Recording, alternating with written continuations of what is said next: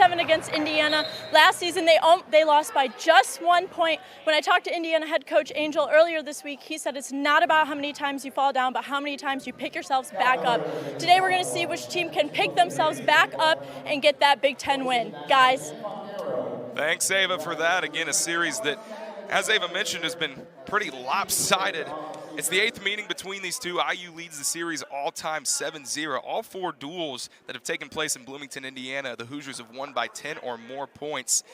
Last year's duel was the closest it has ever been for Maryland being able to win a duel against Indiana. Indiana won on tiebreaker criteria 17-16. 2017, it was a 3-point duel, 22-19 in favor of Indiana. 2020, 19-16. Last time in Bloomington, Indiana won 26-12. Maryland scratching and clawing their way back up to be one of the best teams in the Big Ten. And you can credit Alex Clemson with that. A great recruiter. He had the number 8 class in 2022. Just a phenomenal guy, and really exactly what you want if you're this Maryland program, Charlie, to bring yourselves back up to one of the premier programs in college wrestling. Yeah, they're 7th in the Big Ten. They're hunting for that second Big Ten dual meet win, and they have a chance here today in Bloomington. And as for Indiana, they're still looking for that first Big Ten victory. They had 3 last year, one of them against Maryland, like we said. So we continue at 141, rather. It's our first ranked matchup of the night. Number 22, Dan Fongaro for Indiana, the graduate student from Lincoln, New Jersey. And number 14 ranked Kal Miller, the sophomore from Kansas City, Missouri. Yeah, on the season for Kal Miller, 10-1. He's off to a phenomenal start. And he could give Maryland a boost in this 141 weight class. Relying on that ranked matchup against Fongaro. Fongaro's 22nd in the country, Miller 14th. And Fongaro's only 2 losses this year have come to CJ Composto of Penn, the number 12 ranked wrestler, as well as Bo Bartlett of Penn State. It was an 8-1 decision in favor of Bartlett in that one. Both these two just going at it. Very physical and athletic weight class at 141. It's Fongaro in deep on a shot again. He's got that low single. Miller doing a great job of just keeping Fongaro where he's at. Got locked around one of the legs. And Fongaro not letting go of Miller's left leg. Again, Miller in that situation just content to force the stalemate, and we will go back center mat. And Fongaro kind of giving Miller a little bit of a push to get back on his side of the line at center mat. It's just very funny and interesting to see all these guys competing in so many ways. Wrestling such an interesting sport, such an electric sport, and a lot of the new rule changes in the offseason really trying to bring more people to the sport, encourage more offensive wrestling. Offense sells in today's age. As Fongaro in deep on a single once again. It's the peek through position, but not enough time. Period 1 comes to a close at 141. Zeros on the board for Fongaro and Miller as we go to period 2. And both of these wrestlers are so talented. It's going to be tough to get a takedown. Miller trying to initiate contact as early as he can, but Fongaro not letting up. And Fongaro starts on the bottom for this second period. Fongaro 4-1 in duels this season. His first at the Battle of the Citadel, second at the PRTC Keystone Classic. He's trying to get away on the edge of the mat here. Great job by Miller to crack his hips back down to the mat, bring Fongaro's knees to the rubber, and we will go back center. Minute 38 left in the second period between Kal Miller and Dan Fongaro, 141. If you're just joining us, Indiana won the first matchup at 125. Michael Spangler got the 15-3 major decision over Tommy Kapoor. And then Maryland responded with an 18-3 tech fall from one of their ranked guys, number 21, Braxton Brown, over Caden Rooks. The Terps lead 5-4. Kal Miller 3-0 in duels this season, 1-0 in Big Ten duels. Defeated Louise Bazan of Northwestern 18-2, and Maryland's first Big Ten dual meet win, rather, I should say, since Purdue in 2016. And it's Fongaro or rather it's Miller that's going to be warned for stalling. Yeah, and again, you know, another one of the rule changes this offseason, Charlie, you know, it's no longer just enough to just stay on top of a guy and try and ride and get that riding time. The officials want you to actively work to try and get a pin, get near fall points, anything like that. Miller kind of just hanging out on top, and the official warned him for stalling. And it's more of an offensive-minded approach that has come to college wrestling. A takedown moving to 3 points. Stalling rules have changed.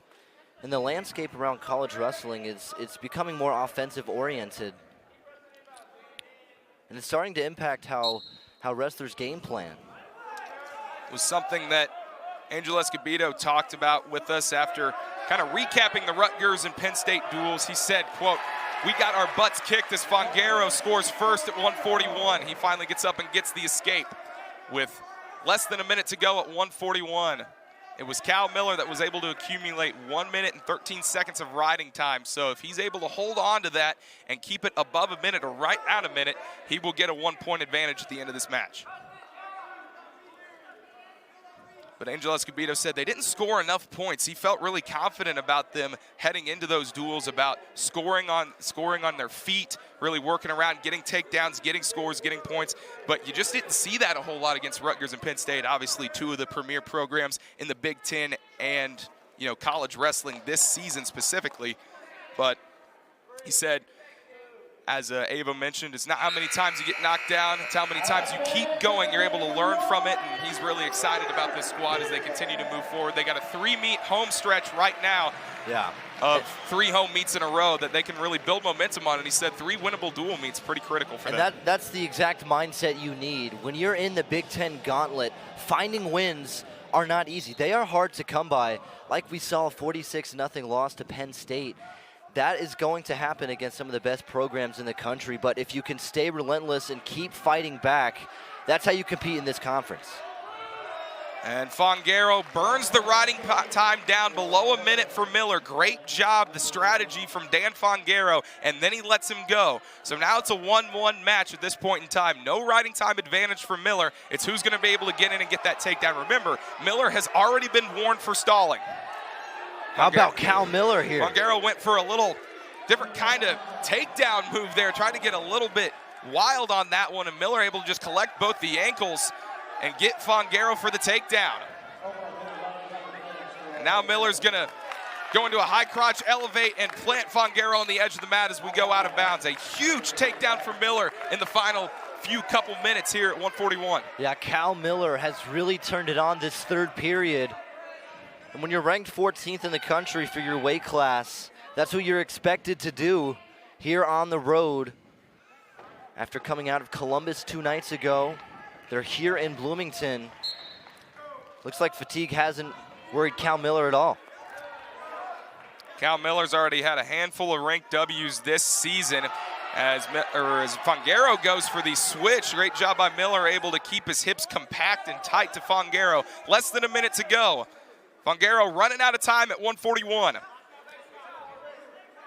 Miller this season has beaten Cole Matthews of Pitt 12-4, as well as in sudden victory 4-1. They wrestled twice this season, and he beat Josh Edmond of Missouri in that Edmond match.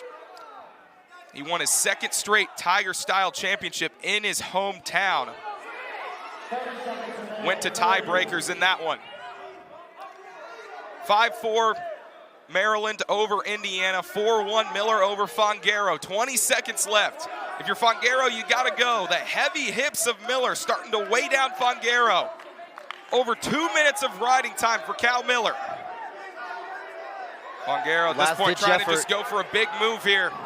And he doesn't have the strength.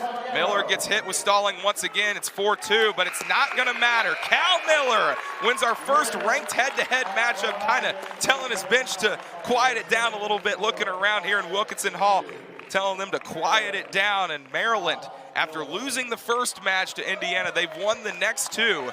Miller wins a tight one against Fongaro 4-2, and Maryland will be up 8-4. Yeah, it was a low-scoring match, but in giving Maryland a spark, after Michael Spangler took down on the 125. So we saw Caden Rooks at 133. We saw Kal Miller at 141.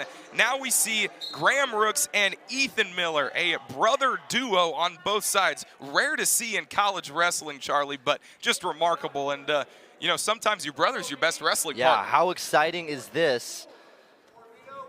You don't get to see that a lot. Not only in practice and wrestling practice, but also kind of growing up just wrestling around the house too, right? You know, that's where they... That's every brother ever. Exactly. It's kind of for the younger brothers anyway. It's kind of like a survival instinct at that point in time, kind of learning how to wrestle your brother.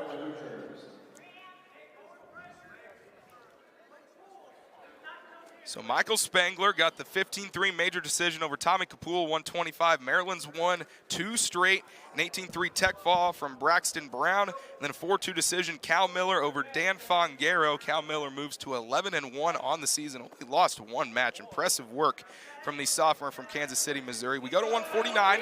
It's another ranked matchup as it's Ethen Miller in on a shot. No takedown awarded. A great job by Rooks, able to scramble out of that. And we're going to see the challenge brick from Alex Clemson. Yeah, he thought otherwise. The Indiana bench, they liked what they saw, but things to discuss at the start of this first period. Yeah, it's going to be very interesting to see, Charlie, because, again, this year they're allowing for reaction time. It used to be a hand-touch takedown, where as soon as your hand touched the mat, it was a takedown there. See, man, that's very, very close. But I think you've got a solid argument if you're Clemson and company like that. It looked like Miller had both of his ankles collected. Rooks was firmly on the ground, both knees and hands.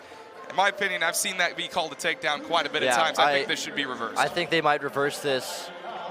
This might be a takedown. But what a nice job by Ethen Miller, just fighting off the rip, and such a quick instinct to get Rooks on the floor. The only thing I think they might be taking a look at is whether or not Miller had enough time to control both the ankles of Rooks, because you saw his left ankle popped out at the last second. They were able to defend it, and they are going to confirm it. No takedown. Okay. So the reaction time was just enough for Rooks to avoid getting taken down, so it's still 0-0. Great job from Miller, able to get in, but Rooks, great defense, and still no score at 149.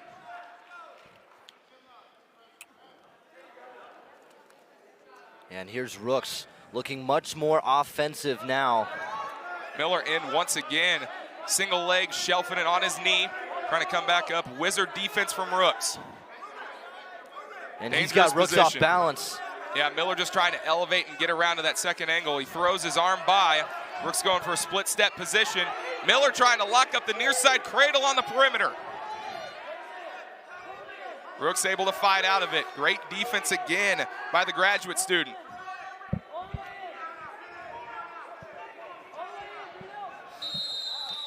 And the officials call us out of bounds.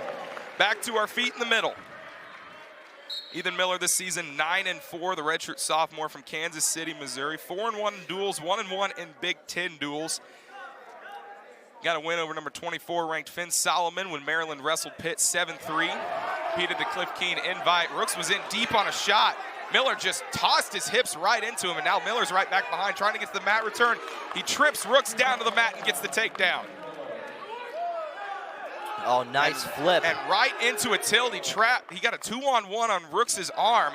Went straight for the tilt. I don't think he got 4 swipes, but he did get 2. And after no score for almost 3 full minutes, in the last 30 seconds of action, Miller gets the takedown and gets 2 near fall points, and he'll be up 5-0 if this match were, or excuse me, if this period were to end.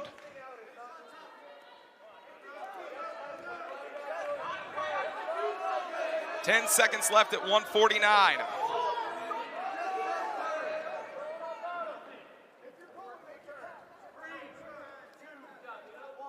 And that is how we will end period 1. Yeah, Maryland really setting the tone for this match.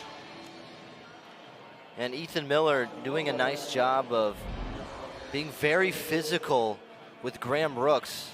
Looks like we got some blood time for Miller, so he will get checked on by the training staff here in Wilkinson Hall. Again, Ethen Miller this season lost to Quinn Kenner, number 12 ranked guy from Ryder, in a sudden victory. Got pinned in that one. Also lost to number 8 ranked Austin Gomez of Michigan.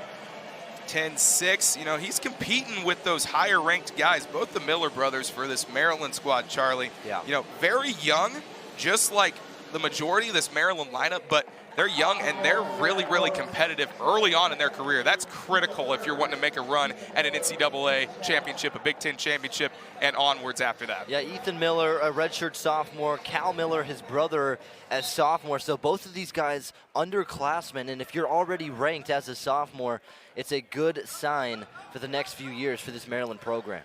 Graham Rooks, the brother of Caden Rooks, 12-5 on the season, 2-3 in duels. He's got a pair of major decisions. First at the Battle of the Citadel. He's a Southern Scuffle champ after he defeated Noah Castillo of Chattanooga in the semis. Won that match 2-1. He also beat Cody Bond of App State in the championship match in sudden victory 4-1. He got a late takedown in that one.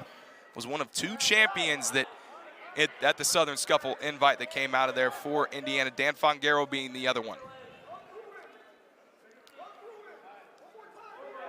Miller with the escape, so we're back on our feet. 1:12 and counting in the second period of action between Rooks and Miller. Miller with a 6-0 lead. Maryland up 8-4 in the early going of this dual meet in Wilkinson Hall in Bloomington, Indiana. And Ethen Miller, he's the one initiating contact. He's the one controlling this dual matchup. Both wrestlers still kind of just not really feeling each other out, but kind of trying to set up their shot, look for a prime opening. They both go hard collar ties. Miller posts on Rooks' head a couple of different times. Rooks answers with a hard collar tie of his own. Switches it off. Yeah, both of these guys great at countering moves. Heavy tie-ups on both ends for both of these guys. Miller inside, blast double, straight on double, and he drives through it and takes Rooks down to the mat. Beautiful shot from Ethen Miller, and he's up 9-0. Yeah, Ethen Miller is fired up right now. Impressive takedown. And Graham Rooks, he's on the ropes right now. Miller trying to finish this period on top, and he does. Impressive work from Ethen Miller. Already in major territory if you're the Terp. You look at the replay, just threw Rooks on the ground, drove through his hips, and a nice, simple takedown from Ethen Miller. Beautiful blast double. You lower your level, keep your head, and bury it right in your opponent's chest. Drove right through that like a freight train. And Rooks gets his first point of the bout, and it comes all the way in the third period of action. Miller ahead 9-1 with 1:40 and counting on the scoreboard. Riding time currently not a factor. It's in favor of Miller, 58 seconds, 2 seconds away from getting that 1-point advantage. But at this point, Miller hasn't been warned for stalling, just trying to finish this match out. Rooks, if you're in this situation, you really got to try and, yeah, you have to be aggressive. You got to try and set up your own shot. Just over a minute remaining in this third period.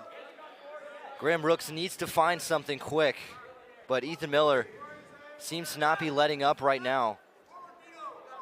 Graham Rooks went the furthest in the NCAAs that a Hoosier has gone since 2017 when Nate Jaxon did it at 184. He got 8th that year.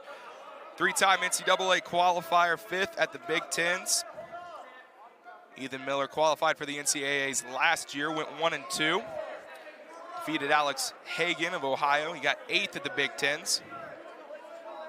So again, two guys in just different journeys in their point in time in life here, Charlie. You got a graduate student and you got a redshirt sophomore. Just both of these two really trying to, if you're Rooks, you're trying to finish out your career really strong. If you're Miller, you're just trying to build upon the momentum that you set early on. And Graham Rooks is ranked 3 spots higher than Miller. Straight on double from Miller once again. Twice as nice for Ethen Miller. He's up 12-1.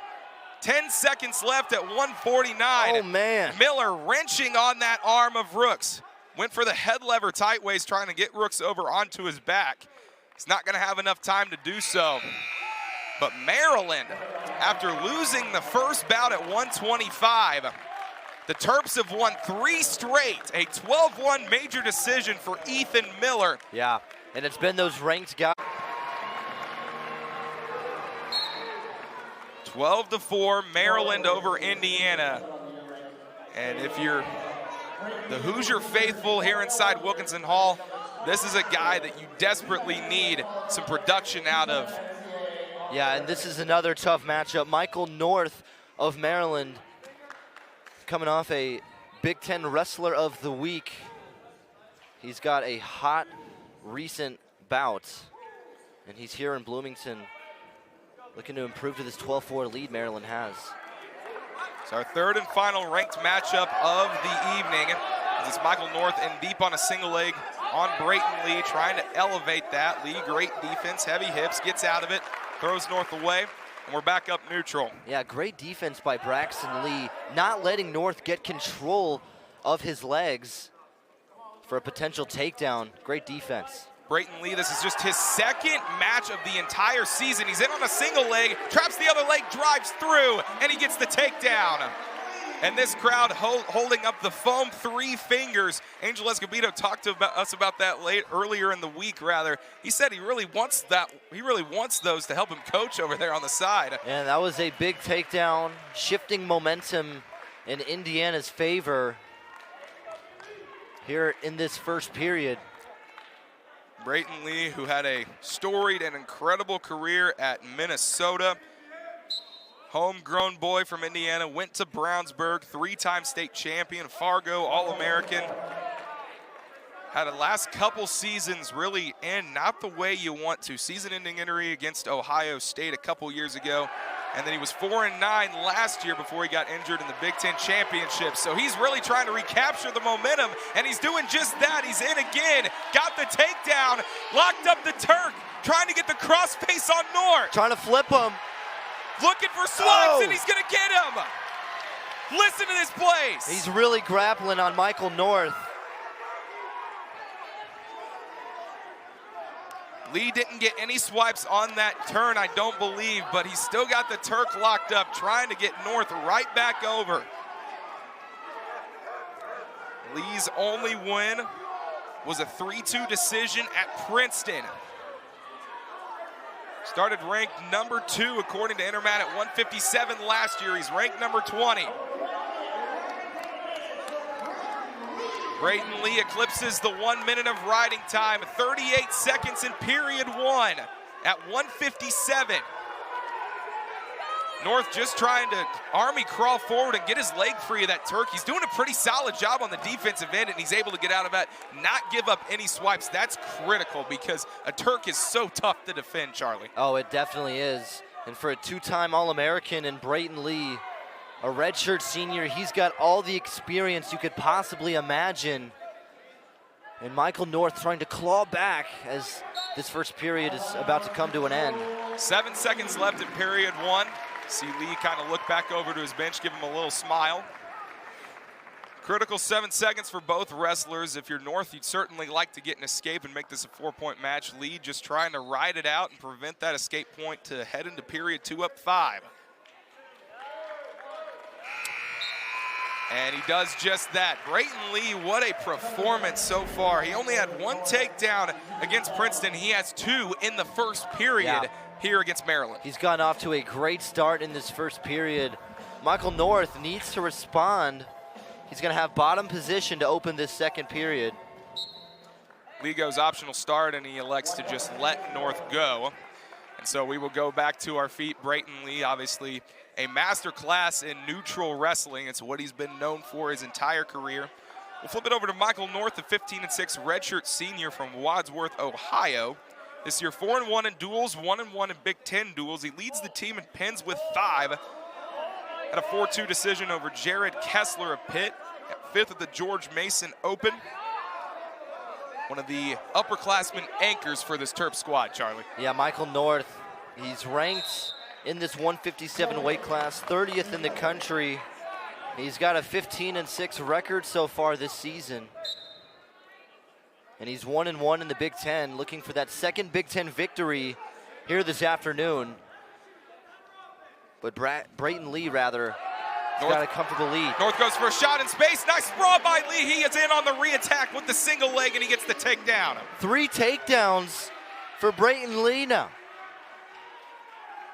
Brayton Lee dominating this matchup at 157. He's a maniac.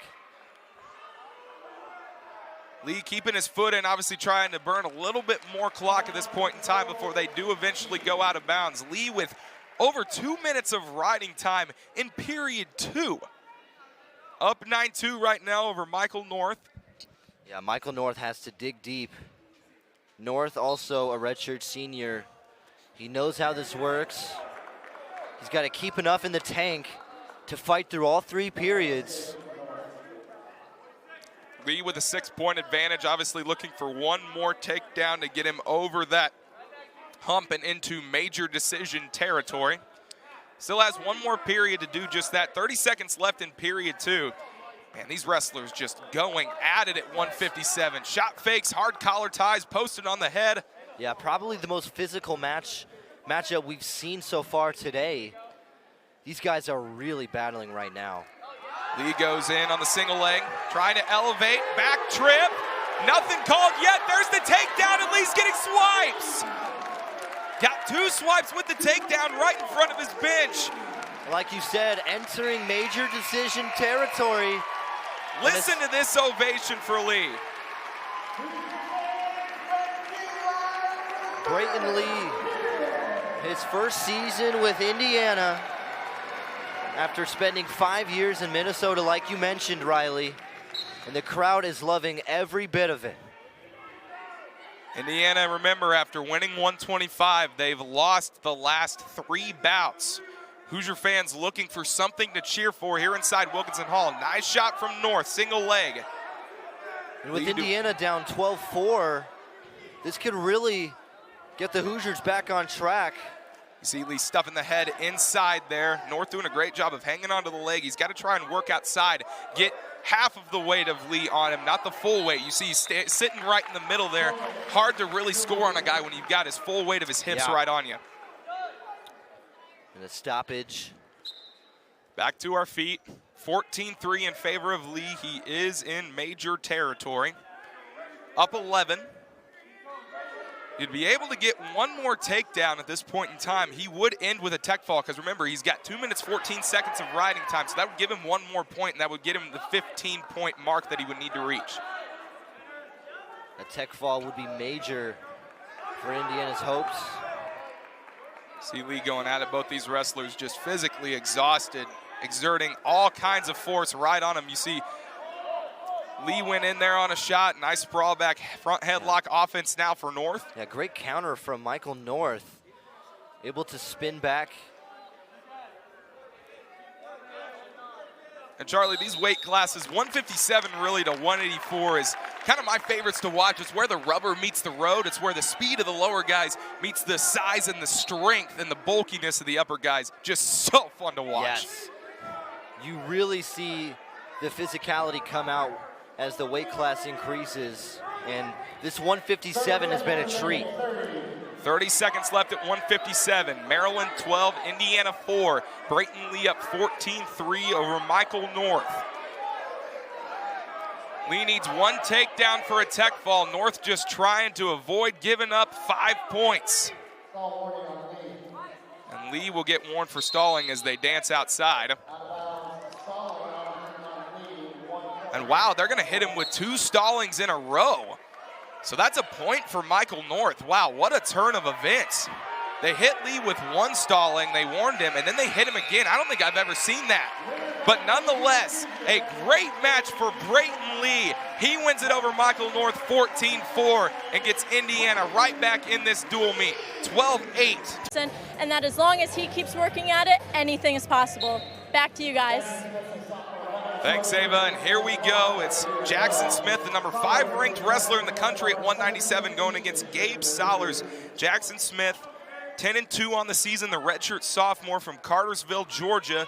Gabe Sollars, the redshirt freshman from Evansville, Indiana. Sollars 17-8 on the season, as Charlie mentioned earlier in the broadcast, the leader in all of NCAA Division I college wrestling in pins with 11. Yeah, this is the most anticipated matchup of the afternoon. And both of these wrestlers have wasted no time getting after it in this first period.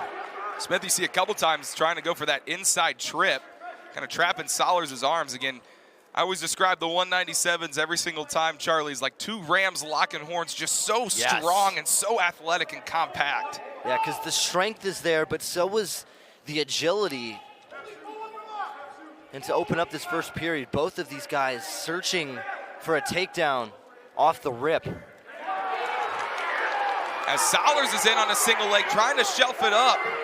Hard, heavy whizzer from Smith. A minute 50 left in period one at 197. Sollars trying to keep Smith in, pulling him back to the center. Trying to collect the ankles, nothing doing. Great defense. Split step from Smith. No takedown. What a sequence. Wow. Yeah, Jaxon Smith was off balance big time there. Credit to Gabe Sollars initiating contact and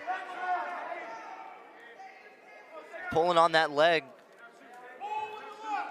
Jaxon Smith 5-0 in duels this year, 2-0 in Big Ten duels. He got second at the Cliff Keen Invite. 5 ranked wins, including number 29 ranked Bobby Strigo of Michigan. Jaxon Smith was the only Terrapin to win a match against both Michigan and, Ohio State. The pound-for-pound best wrestler on this Maryland squad. He's also got wins over number 3 ranked Tanner Salone of San Diego State, number 9 Luke Serber of Oklahoma State. Action all over the place between both of these two. You know, even though you see that number 5 ranked number right in front of Jaxon Smith, if you're Gabe Sollars, you're not backing down at this point. He's not giving an inch. Absolutely not. Sollars a 41-15 career record. He feels like he belongs right there with Smith. Angelo Escobedo was talking about Gabe Sollars in our interview earlier this week and said that he's learned a lot from, wrestling and Aaron Brooks, wrestling John Poznansky of Rutgers, just learning what ranked wrestlers like that, just learning their style, learning different things that they do well that he needs to improve his game in his young career. 10 seconds left, period 1, 197, Sollars and Smith. 18-12, Indiana over Maryland. 2 matches left to decide us here in Wilkinson Hall. Period 1 comes to an end, scoreless at 197. And it's interesting, for the amount of action we saw in those 3 minutes, for it still to be scoreless is incredible. Both of these guys have incredible defense. They know the moves they want to get to, and they're still working on a first takedown. They're building up to it.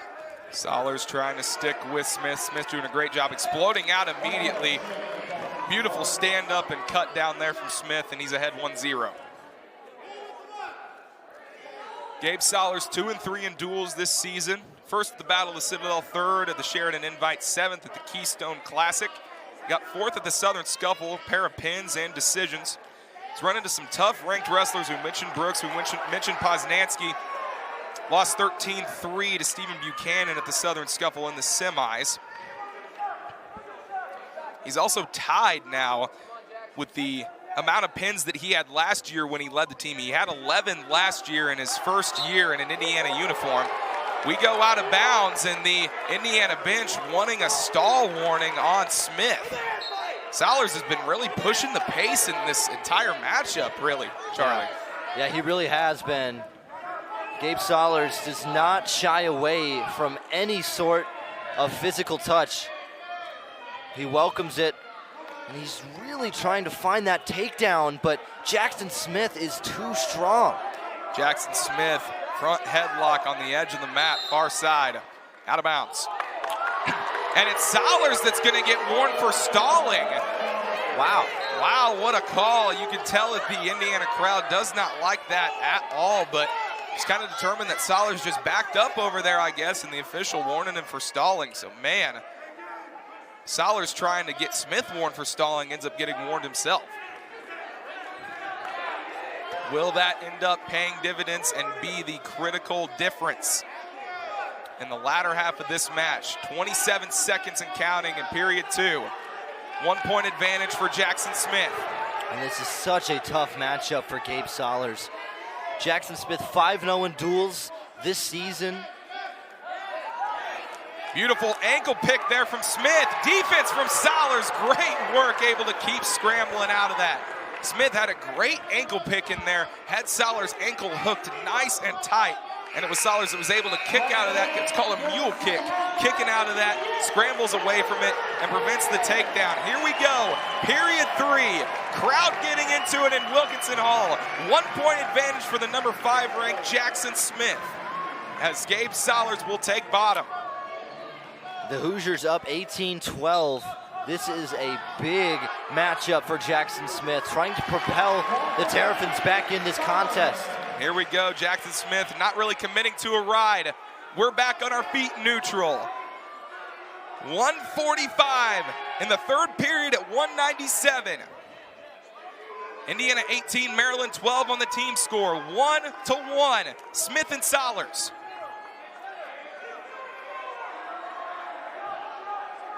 Heavy collar ties from both. Slide by attempt from Smith.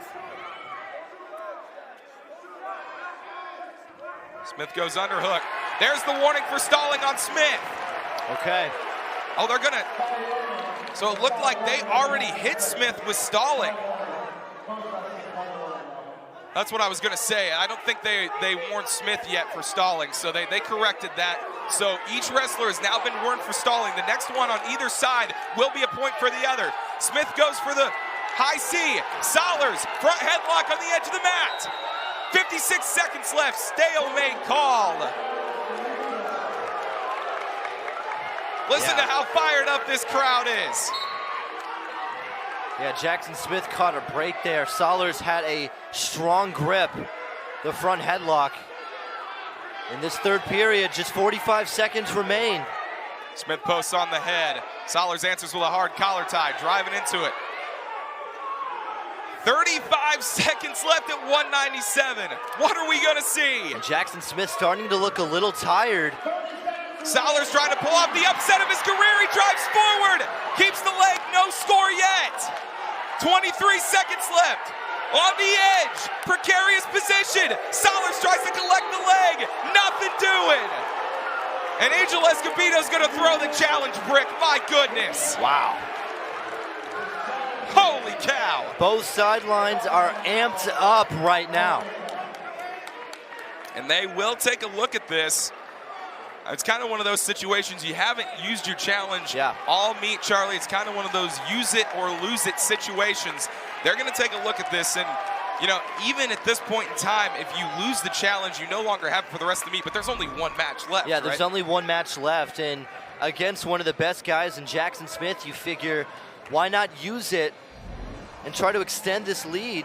So you saw the replay there. I think what they're going to check here, a couple different things. First of all, Sollars had one of the legs. Jaxon Smith was sat all the way out on his butt on the mat, but Sollars did not have both legs in that situation. So that's one of the things. Sollars only had one leg, but on top of that, Smith was sat to his butt. So they're looking at both of them, and they're going to say no takedown. Yeah, it wasn't past a 45-degree angle. 1-1, 15 seconds left, 197, Smith and Sollars. A bout that could go to overtime. I'd love to see that. Shot fakes on both sides. No wrestler going to commit to anything. We've got bonus wrestling at 197. The first time we're seeing it this afternoon, and it comes with one of the most anticipated matchups, Jaxon Smith and Gabe Sollars. Remember, any score wins it here in Sudden Victory. Both wrestlers have been warned for stalling. So if another wrestler, either one, is called for stalling and the other one is awarded a point, that will end it. Sollars driving through. It's Smith that shoots a double. Nothing. Back to the middle. Yeah, both of them wanting to stay on the offensive as much as they can. I tell you what, Sollars looks incredibly focused. Smith just trying to stay in this match. Both wrestlers exhausted, expending a lot of energy. Sollars has the number 5 ranked wrestler on the ropes.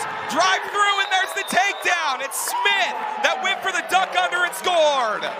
And that's why he's ranked 5th in the country for his weight class. Wow, what a match. And you can hear the boos echoing around here inside Wilkinson Hall. And you remember, Angel Escobedo already used the challenge brick. You cannot challenge the takedown now because you lost the challenge. So therefore, it is Jaxon Smith with a dunk under the last second. Beautiful job, duck under in space. They call that a super duck in a lot of different places. And Smith, after getting pushed to the absolute limit by the unranked redshirt freshman Gabe Sollars. And this was probably pulls it off. One of the best efforts I've seen so far today. Just a complete battle. We got to see bonus wrestling. And Indiana faithful not happy. So now